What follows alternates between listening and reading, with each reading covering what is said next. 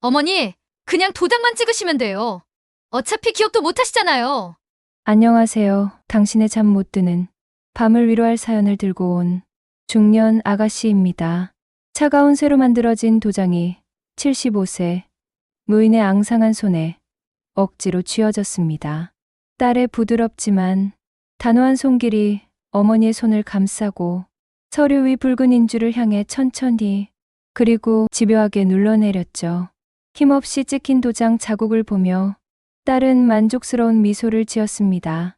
그 순간 휠체어에 앉은 노인의 텅 빈 눈동자가 찰나의 순간 서늘한 빛을 띠었다가 이내 다시 흐릿한 허공으로 흩어졌습니다. 잠깐만요. 구독과 좋아요를 눌러주세요. 여러분의 선택이 충격적인 진실의 끝을 결정할지도 모릅니다. 2024년 가을 아우라 코스메틱 윤명희 회장의 75세 생일. 연회장 죽은 듯이 고요했습니다. 한때 세상을 호령했던 철에 여인은 이제 온데간데 없어 휠체어에 앉아 값비싼 실크 드레스가 무색하게 침을 흘리는 노파 혈관성 치매라는 잔인한 진단은 한 시대의 종말을 고하는 조종과도 같았습니다. 1년 전까지만 해도 카리스마 넘치는 목소리로 좌중을 압도하던 모습은 어디에도 없었죠. 저분이 정말 그 윤명희 회장님 맞나요? 안타깝네요. 그렇게 강하시던 분이 연회장의 속삭임들이 칼날처럼 날카로웠습니다. 연회가 끝나고 윤 회장의 서재에는 그녀의 세 자녀가 모였습니다. 분위기는 장례식장처럼 어두웠죠. 첫째 아들 윤지훈이 초조하게 넥타이를 비틀며 입을 열었습니다. 이대로는 회사가 망해. 그의 목소리에는 분노와 절망이 뒤섞여 있었습니다. 어머니가 저 상태신데 당장 경영권 방어는 어떻게 할 거며 상속 문제는 어떻고 변호사 말로는 성년후견인 지정부터 해야 한다는데 이러다 평생 일군 회사 전문 경영인이라는 늑대들한테 다 물어뜯기게 생겼다고. 아우라의 부사장이었지만 어머니라는 태양이 사라진 지금 그는 길 잃은 행성에 불과했죠. 그의 목소리에는 어머니에 대한 염려보다 자신의 자리를 향한 불안과 탐욕이 뒤섞여 있었습니다.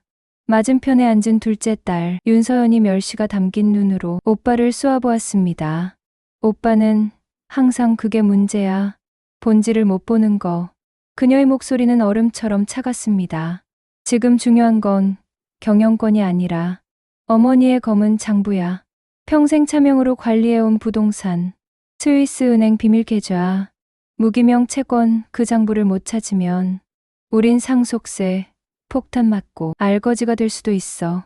패션, 브랜드를 운영하며 얼음 공주로 불리는 그녀다운 냉철한 지적이었습니다.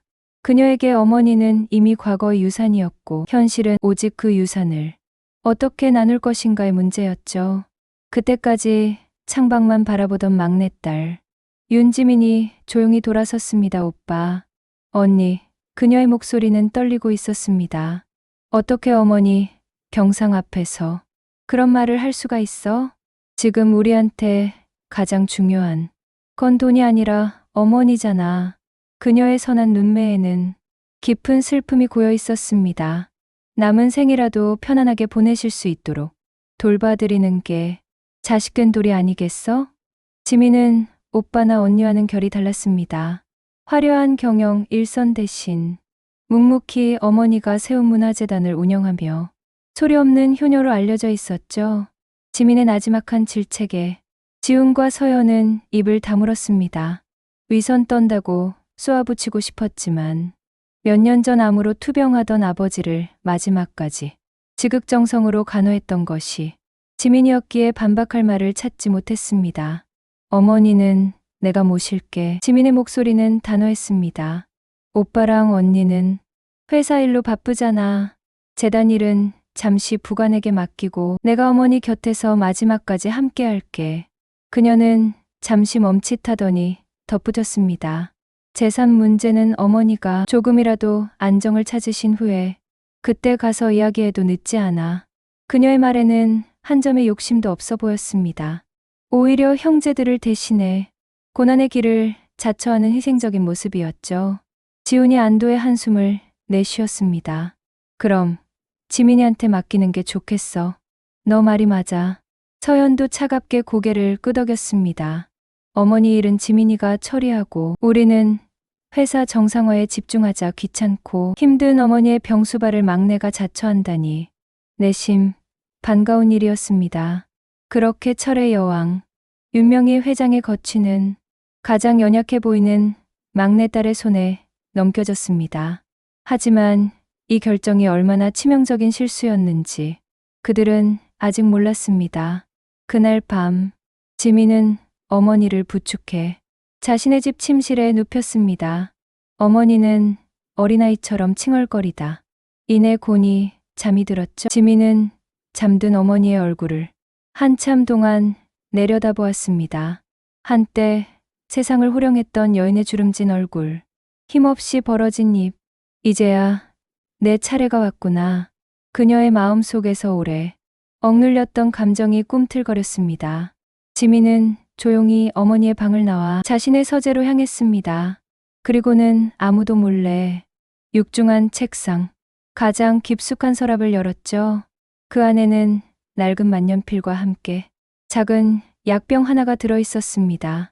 라벨도 없는 투명한 약병. 지민은 그 약병을 손에 쥐고 희미한 미소를 지었습니다. 그 미소는 슬픔도 연민도 아닌 오랜 계획을 성공시킨 자의 차가운 미소였죠. 어머니, 이제 편히 쉬세요. 그녀의 나지막한 속삭임이 어둠 속으로 스며들었습니다. 남은 건 이 똑똑한 막내딸이 다 알아서 정리할 테니까요. 거대한 성의 왕관은 금이 같고 가장 온순한 사슴의 탈을 쓴 하이에나가 그 자리를 차지하려 하고 있었습니다. 아무도 몰랐죠. 이 모든 비극이 사실은 가장 자비로운 얼굴 뒤에 숨겨진 탐욕에서 시작되었다는 것을, 그리고 그 탐욕을 심판하기 위한 거대한 연극이 이제 막 서막을 올렸다는 사실을 말입니다. 하지만 이 집에는 또 다른 눈이 있었습니다. 30년 넘게 윤 회장을 지켜본 누군가가 이 모든 것을 조용히 지켜보고 있었죠. 윤명희 회장이 막내딸 지민의 집으로 거처를 옮긴 후 시간은 멈춘 듯 흘러갔습니다. 지민의 집은 어머니의 대저택에 비하면 소박했지만 어머니를 위한 모든 시설이 완벽하게 갖춰져 있었습니다. 전동 침대, 휠체어, 리프트, 24시간 간병인, 그리고 최고의 요양 전문가들이 정기적으로 방문했죠. 겉으로 보기에 지민의 효성은 흠잡을 데 없이 완벽했습니다. 어머니, 오늘 아침은 전복죽 어떠세요? 지민이 다정하게 숟가락을 어머니의 입에 가져다 댔습니다. 천천히 드세요. 서두를 필요 없어요. 매일 아침 직접 끓인 전복죽을 어머니의 입에 떠넣어주고 날씨가 좋은 날이면 휠체어를 밀어 아름답게 가꿔진 정원을 산책했습니다. 어머니, 오늘은 이 난초가 참 예쁘게 폈어요. 지민이 손가락으로 꽃잎을 가리키며 말했습니다. 아버지가 살아계실 때 어머니께 선물했던 거잖아요. 기억나세요? 윤 회장은 그저 멍하니 난초를 바라볼 뿐이었습니다. 가끔 알아들을 수 없는 소리로 중얼거리거나 허공에 대고 손을 휘젓는 행동이 그녀의 유일한 반응이었죠. 지민은 그런 어머니를 보며 가슴 아프다는 표정을 지었습니다. 하지만 그녀가 모르는 것이 있었습니다. 그녀의 눈빛 깊은 곳에서는 누구도 읽을 수 없는 차가운 계산이 번뜩이고 있다는 사실을 말이죠. 지민의 통제는 철저했습니다. 그녀는 어머니의 안정을 핑계로 오빠, 지훈과 언니, 서연의 방문을 교묘하게 막았습니다. 지훈이 전화를 걸어왔을 때였습니다. 지민아, 어머니 안부 좀 여쭙고 싶은데 오빠, 미안하지만 어머니가 낯선 사람을 보면 발작을 일으켜. 지민의 목소리는 애처로웠습니다. 의사 선생님이 당분간은 절대 안정이 필요하다고 해서. 마음은 아프지만 어머니를 위해서 조금만 참아줘. 서연이 찾아오려 했을 때도 마찬가지였습니다. 언니, 어머니가 갑자기 언니를 못 알아보시고 소리를 지르셨어. 지민이 전화기 너머로 한숨을 내쉬었습니다. 충격이 크셨나 봐. 내가 잘 돌볼 테니 언니는 회사 일에만 신경 써. 지훈과 서현은 처음에는 의심했습니다. 하지만 가끔 영상 통화로 비치는 어머니의 멍한 모습과 지민의 지친 얼굴을 보면 더 이상 따져 물을 수가 없었죠. 지민이가 고생이 많구나. 그러게 우리가 대신할 수도 없고. 그들은 점차 어머니에 대한 책임감을 내려놓고 지민에게 모든 것을 일임한 채 자신들의 비즈니스와 검은 장부 찾기에만 몰두했습니다. 하지만 이 집에는 또 한 명의 중요한 인물이 있었습니다. 30년 넘게 윤 회장의 운전기사이자 집사 역할을 해온 박 기사였죠. 60대의 그는 과묵하고 표정 변화가 거의 없어 사람들은 그를 그저 윤 회장의 그림자 같은 존재로 여겼습니다. 지민 역시 그를 크게 경계하지 않았습니다. 그냥 오래된 가구 같은 사람이지. 어머니를 안정시키는데 필요한 배경 정도로 생각하면 돼. 하지만 지민이 모르는 것이 있었습니다. 박 기사의 무표정한 얼굴 뒤에는 누구보다 날카로운 충심과 관찰력이 숨어 있다는 사실이었죠. 어느 날 밤, 지민은 평소보다 더 많은 약을 어머니의 물에 탔습니다. 어머니, 오늘은 좀 더 푹 주무세요. 그녀가 투명한 약병을 기울이는 모습을 문틈으로 박 기사가 조용히 지켜보고 있었습니다. 저건 의사가 처방한 신경안정제가 아니야. 그의 눈이 차갑게 가라앉았습니다. 깊은 잠에 빠진 어머니를 서재로 옮긴 지민은 익숙하게 어머니의 손에 묵직한 옥새 도장을 쥐어주었습니다. 어머니, 그냥 도장만 찍으시면 돼요. 어차피 기억도 못 하시잖아요.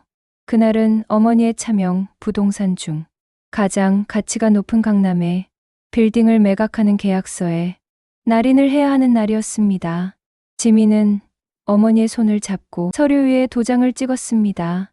하지만 그 순간 믿을 수 없는 일이 벌어졌죠. 곤히 잠든 줄 알았던 윤 회장의 눈이 번쩍 떴습니다.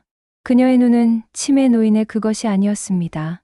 모든 것을 꿰뚫어보는 듯한 형형한 빛이 담겨 있었죠. 그녀는 자신의 손을 쥐고 있는 딸의 얼굴과 그녀가 내민 서류의 내용을 정확히 그리고는 다시 힘없이 눈을 감았습니다. 이 모든 변화를 문틈으로 지켜보던 박 기사만이 정확히 포착했습니다. 그의 심장이 차갑게 내려앉았죠. 회장님 설마? 지민은 아무것도 눈치채지 못한 채 만족스러운 미소를 지으며 서류를 챙겼습니다. 이제 절반은 끝났네. 다음 주면 모든 게 정리될 거야. 그녀가 방을 나간 후 박 기사는 조용히 윤 회장의 침실로 들어갔습니다. 윤 회장은 여전히 잠든 척 누워 있었죠. 박 기사가 그녀의 손을 잡자 윤 회장은 아주 미세하게 그의 손바닥을 3번 짧게 두드렸습니다. 그것은 오래전부터 두 사람만이 아는 비밀 신호였습니다. 난초 온실로 박 기사의 눈이 번뜩였습니다. 그가 오랫동안 기다려온 신호였죠. 다음 날 새벽, 지민이 잠든 사이 박 기사는 정원 구석의 작은 온실로 향했습니다. 수백 개의 난초 화분 중에 유독 윤 회장이 아끼던 검붉은 꽃을 피우는 파피오페딜룸 화분이 있었죠. 박 기사는 조심스럽게 화분을 드러내고 그 밑에 흙을 파기 시작했습니다. 그리고 그의 손끝에 차갑고 단단한 무언가가 닿았습니다. 그것은 방수 처리된 작은 함이었습니다. 함을 열자 그 안에는 USB 하나와 작은 열쇠 꾸러미가 들어있었죠. 박 기사는 가슴을 쓸어내렸습니다. 회장님이 자신에게 마지막 신호를 보낸 것이었습니다. 그는 주머니 깊숙이 숨겼습니다. 이제 무엇을 해야 할지 분명해졌죠.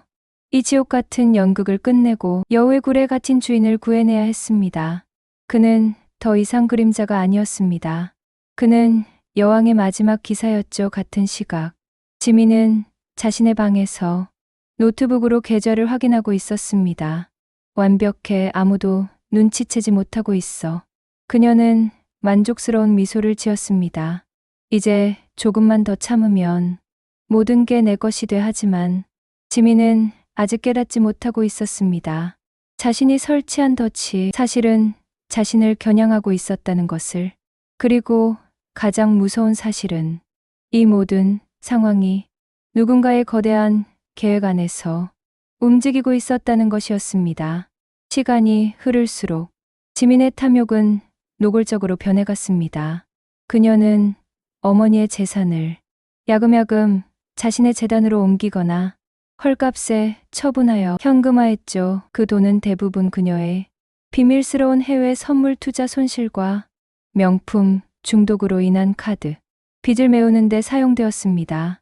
이번 달 이자만 3천만 원이네. 지민이 신용카드 명세서를 보며 한숨을 내쉬었습니다. 어머니, 재산으로 빨리 정리해야겠어. 더 이상 버틸 수 없어. 겉으로는 효녀였지만 속으로는 밑 빠진 독에 물을 붓고 있는 절박한 범죄자에 불과했습니다. 한편 어머니와의 접촉이 완전히 차단된 지훈과 서연의 마음속에도 의심의 씨앗이 싹트기 시작했습니다. 뭔가 이상해. 서연이 지훈에게 전화를 걸었습니다. 지민이가 너무 오랫동안 어머니를 독점하고 있어. 그리고 회사 관련 서류들을 자꾸 요구하는 것도 수상하고. 나도 그 생각이야. 지훈의 목소리에 분노가 섞여 있었습니다. 어머니가 그 정도로 심하실까? 지민이 뭔가 숨기고 있는 것 같아.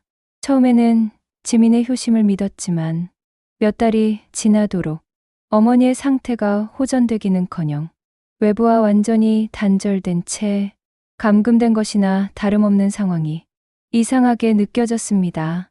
결정적인 계기는 아우라 코스메틱의 긴급 이사회에서 터져 나왔습니다. 지민이 어머니의 위임장을 근거로 회사의 미래 성장 동력이었던 아우라 바이오를 헐값에 매각하는 안건을 상정한 것이었죠. 매수자는 설립된 지 얼마 되지 않은 신생 투자사였고 그 회사의 실소유주가 지민과 긴밀한 관계라는 소문이 파다했습니다. 이건 말도 안 돼. 지훈이 회의장에서 길길이 날뛰었습니다. 어머니가 정신이 온전하실 때 아우라 바이오를 얼마나 애지중지하셨는데 그걸 저런 헐값에 팔아넘기다니. 지민이 저 애 도대체 무슨 꿍꿍이야. 서연 역시 표정을 굳힌 채 자료를 검토하고 있었습니다. 그녀의 날카로운 눈이 무언가를 발견했죠. 위임장에 찍힌 어머니의 인감 날인이었습니다. 오빠. 이상해. 서연이 돋보기를 들고 위임장을 자세히 들여다봤습니다. 이건 어머니의 의사가 아니야. 평소 어머니의 날인은 한치의 흐트러짐 없이 힘있고 선명했는데 이건 어딘가 힘없이 번져 있어. 마치 누군가 손을 잡고 억지로 찍은 것처럼. 그 순간 형제의 마음속에 같은 생각이 떠올랐습니다. 지민이가 어머니를 이용해서 무언가 꾸미고 있다. 그날 이후 지훈과 서현은 처음으로 손을 잡았습니다. 그들은 더 이상 재산을 두고 다투는 경쟁자가 아니었습니다. 공동의 적을 마주한 동맹이었죠. 우리가 바보였어. 서연이 쓰게 웃었습니다. 지민이 저 애한테 완전히 속아 넘어간 거야. 이제라도 늦지 않았어. 어머니를 구해야 해. 지훈이 주먹을 불끈 쥐었습니다. 서연은 자신의 인맥을 총동원해 국내 최고의 사설 탐정을 고용했습니다. 지훈은 자신의 저돌적인 성격을 이용해 지민의 집을 급습하며 시선을 끄는 역할을 맡았죠. 윤지민. 문 열어. 지훈이 현관문 앞에서 소란을 피웠습니다. 어머니, 얼굴 좀 뵙겠다는데 왜 막는 거야? 너 지금 어머니를 감금하고 있는 거냐? 지민이 당황해서 문을 여는 사이 탐정은 담을 넘어 지민의 집 내부를 촬영하고 쓰레기통을 뒤지는 등 증거를 수집하기 시작했습니다. 오빠, 무슨 소리야? 내가 어머니를 감금했다고? 지민이 울먹이는 목소리로 항변했습니다. 어머니가 얼마나 예민해지셨는데 큰 소리라도 나면 발작하신다고. 하지만 지훈은 물러서지 않았습니다.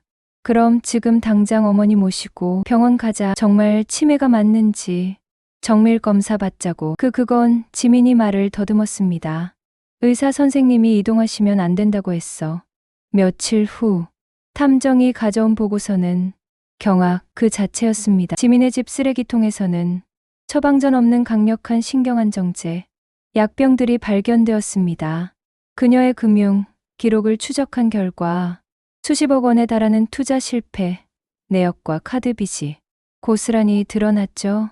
아우라 바이오를 인수하려던 투자사의 배후, 역시 지민이라는 결정적인 증거도 확보했습니다. 이럴 수가. 서연의 얼굴이 새하얗게 질렸습니다. 저 착한 척하던 애가 어머니를 약물에 취하게 해놓고 재산을 전부 빼돌리고 있었던 거야. 지우는 주먹으로 책상을 내리쳤습니다. 내가 얼마나 바보였는지. 동생의 위선에 속아 어머니를 위험에 빠뜨렸어.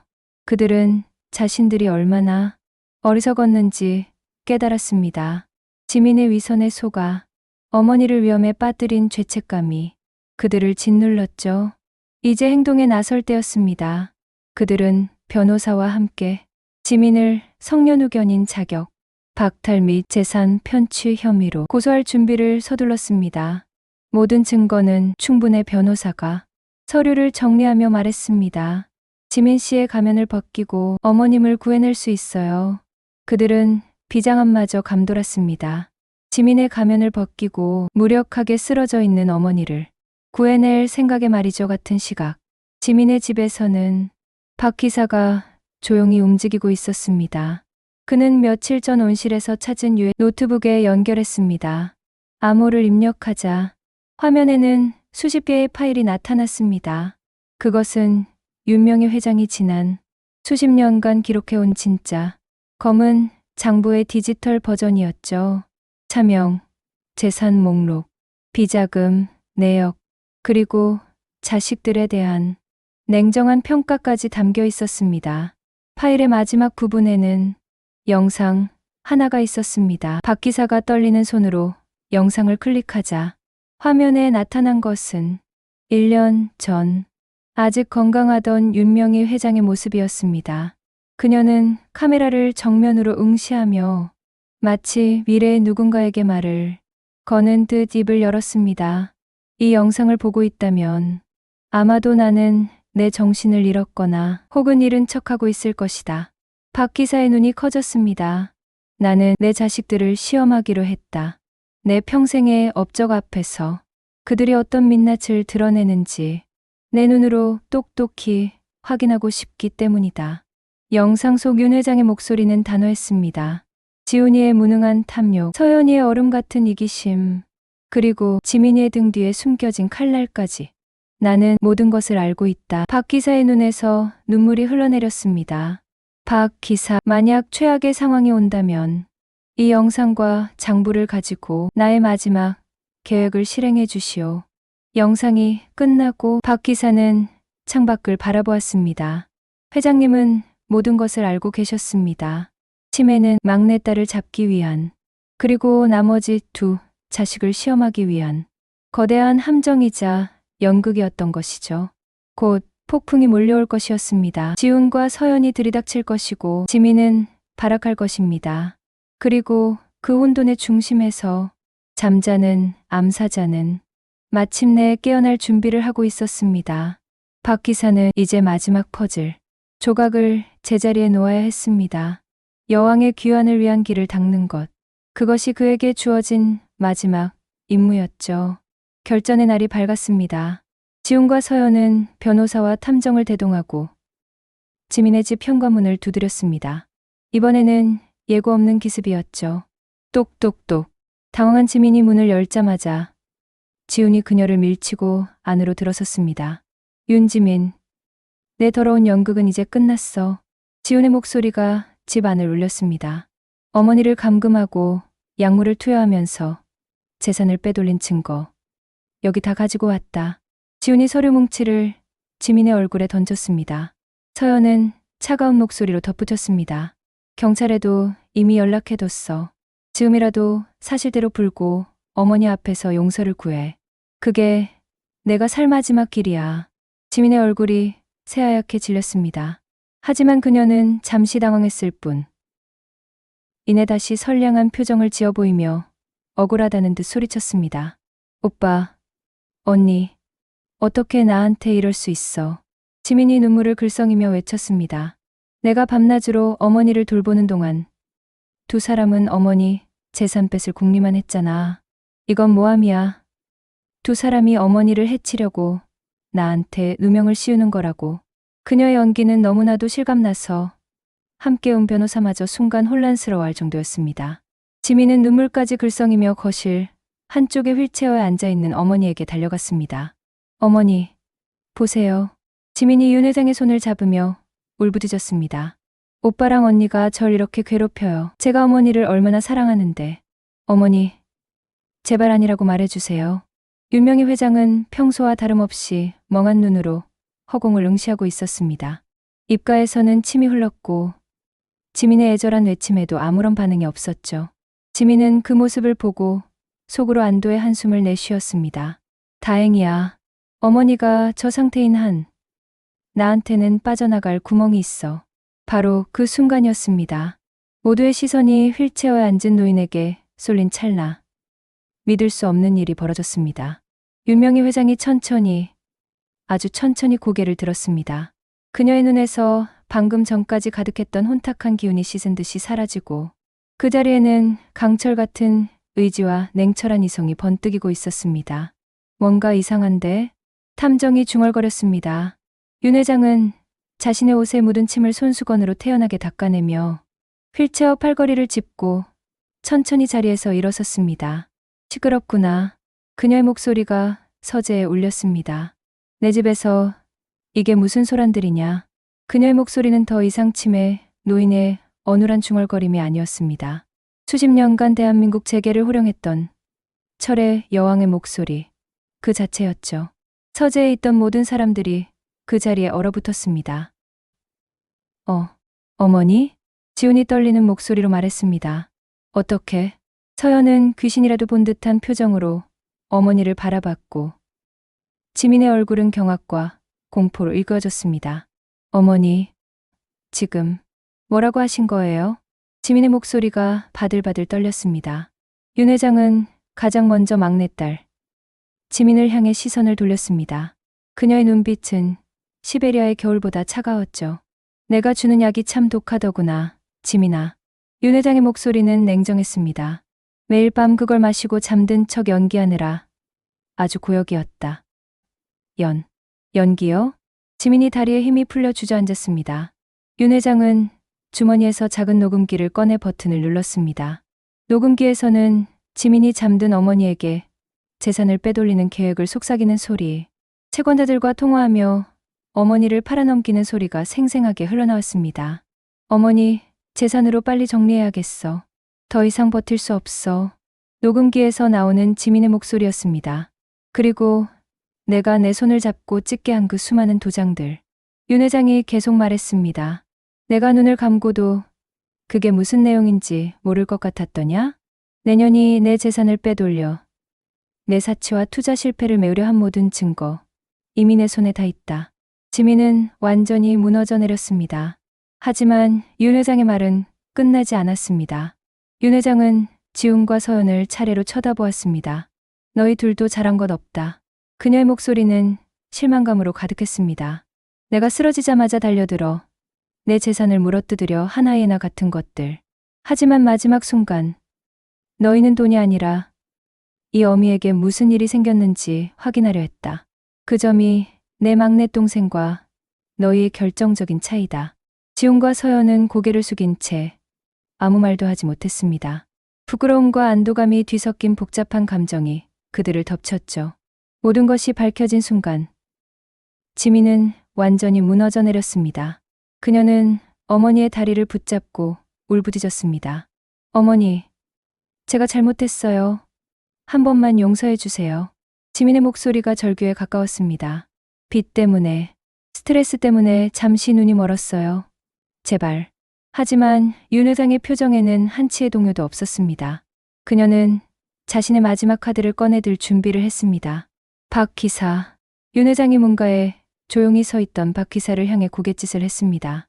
이제 그만 보여주시지요. 내 진짜 검은 장부가 무엇인지. 모두의 시선이 박 기사에게로 향했습니다. 그들은 그가 USB나 서류 뭉치를 꺼낼 것이라 예상했습니다. 하지만 박 기사는 뜻밖의 행동을 했습니다. 그는 조용히 서재의 벽난로 위 거대한 유화 액자를 내렸습니다. 그리고 액자 뒤에 숨겨져 있던 금고를 열었죠. 하지만 그가 꺼낸 것은 장부가 아니었습니다. 설마? 서연이 눈을 크게 떴습니다. 박 기사가 금고에서 꺼낸 것은 낡고 두꺼운 앨범 한 권이었습니다. 그는 앨범을 들고 윤명희 회장 앞에 섰습니다. 윤 회장은 앨범을 받아 들고 먼지가 쌓인 표지를 천천히 쓸어내렸습니다. 너희는 내가 평생금만 아는 독한 여자인 줄 알았겠지. 그녀의 목소리는 부드러웠지만 그 안에는 깊은 슬픔이 배어 있었습니다. 내 진짜 재산, 내 검은 장부가 무엇인지 궁금했더냐? 그녀는 앨범의 첫 페이지를 펼쳤습니다. 그곳에는 갓 태어난 지훈을 안고 환하게 웃고 있는 젊은 시절의 윤 회장과 남편의 사진이 있었습니다. 이거, 우리가 어렸을 때? 지훈이 떨리는 목소리로 말했습니다. 다음 페이지에는 처음으로 발레복을 입고 수줍어하는 서연의 모습이 담겨 있었습니다. 내가 이렇게 어렸었나? 서연의 눈시울이 붉어졌습니다. 그 다음에는 유치원 학예회에서 노래를 부르는 어린 지민의 모습이 있었습니다. 앨범은 가족의 행복했던 순간들로 가득했죠. 사진 한 장 한 장 밑에는 윤 회장이 직접 쓴 짧은 메모가 달려 있었습니다. 지훈이가 처음으로 엄마라고 불렀던 날, 세상을 다 가진 기분이었다. 지훈이 그 글귀를 읽으며 눈물을 훔쳤습니다. 서연이가 선물해준 삐뚤빼뚤한 그림. 내 평생 최고의 작품. 어머니, 이걸 아직도 간직하고 계셨어요? 서연이 울먹였습니다. 아픈 아빠를 위해 고사리 손으로 이마를 짚어주던 지민이. 저 착한 마음이 변치 않기를. 자신의 어린 시절 사진 앞에서 지민은 오열하기 시작했습니다. 어머니, 죄송해요. 정말 죄송해요. 윤 회장은 앨범을 덮고 나지막이 말했습니다. 내 진짜 검은 장부는 바로 이것이었다. 그녀의 목소리는 담담했지만 그 안에는 평생의 사랑이 담겨 있었습니다. 너희와 함께한 시간, 너희를 키우며 느꼈던 기쁨과 슬픔. 이 기억들이야말로 내가 평생을 바쳐 지키고 싶었던 나의 유일한 재산이다. 그녀는 잠시 멈추더니 계속 말했습니다. 하지만 너희는 이 장부를 들여다볼 생각조차 하지 않았지. 오직 종이에 적힌 숫자들에만 눈이 멀어서 서로를 핥히고 이 어미를 기만했다. 윤 회장은 지민을 향해 고개를 돌렸습니다. 특히 너, 지민아. 그녀의 목소리에는 깊은 실망감이 배어 있었습니다. 나는 내가 아픈 아비를 간호하는 모습을 보며 너에게만큼은 내 모든 것을 맡겨도 좋다고 생각했다. 하지만 너는 내 믿음을 가장 잔인한 방식으로 배신했다. 지민은 바닥에 엎드려 울고 있었습니다. 내 죄는 법의 심판을 받게 될 것이다. 그게 내가 너에게 주는 마지막 가르침이다. 잠시 후 현관문이 열리고 경찰들이 들어왔습니다. 지민은 모든 것을 체념한 듯 순순히 수갑을 찼습니다. 어머니, 정말 죄송해요. 그녀는 끌려나가면서도 차마 어머니와 오빠, 언니의 얼굴을 쳐다보지 못했습니다. 지민이 사라진 후 서재에는 무거운 침묵만이 남았습니다. 윤 회장은 지훈과 서연에게 말했습니다. 너희에게 회사를 물려주겠다. 하지만 조건이 있다. 그녀의 목소리는 단호했습니다. 앞으로 5년간 두 사람이 힘을 합쳐 회사를 지금보다 2배로 키워내라. 그리고 그 수익의 절반은 반드시 사회에 환원해야 한다. 어머니, 지훈이 고개를 끄덕였습니다. 만약 그 약속을 지키지 못한다면 내 모든 재산은 박 기사의 이름으로 사회에 기부될 것이다. 그녀는 박 기사를 바라보았습니다. 박 기사는 단순한 집사가 아니다. 그는 내 평생의 동지이자 내 모든 법적 권한을 위임받은 대리인이다. 너희가 나를 속이려 했던 모든 서류들은 박 기사가 미리 손을 써둔 덕분에 모두 무효 처리되었다. 그제야 지훈과 서연은 깨달았습니다. 조용하고 존재감 없던 박 기사가 사실은 어머니의 가장 강력한 수호자이자 이 모든 계획의 집행자였다는 사실을 말이죠. 우리가 정말 바보였네요. 서연이 고개를 숙였습니다. 어머니, 정말 죄송합니다. 앞으로는 정말 달라지겠어요. 지훈도 진심으로 사과했습니다. 저희에게 한 번 더 기회를 주셔서 감사합니다. 몇 달 후의 이야기입니다. 윤지민은 재산 편취 및 존속상해 미수 혐의로 징역 7년을 선고받았습니다. 윤지훈과 윤서연은 어머니의 마지막 명령을 지키기 위해 밤낮으로 일하며 회사를 이끌었죠. 다투고 경쟁하기 바빴던 과거와 달리 그들은 서로를 의지하며 진정한 경영인으로 성장해 갔습니다. 오빠, 이번 분기 실적 어때요? 좋아. 목표치를 넘겼어. 이제 약속대로 절반을 사회환원 프로그램에 써야지. 그들은 더 이상 재산을 두고 다투지 않았습니다. 대신 어떻게 하면 더 많은 사람들에게 도움을 줄 수 있을지 고민했죠.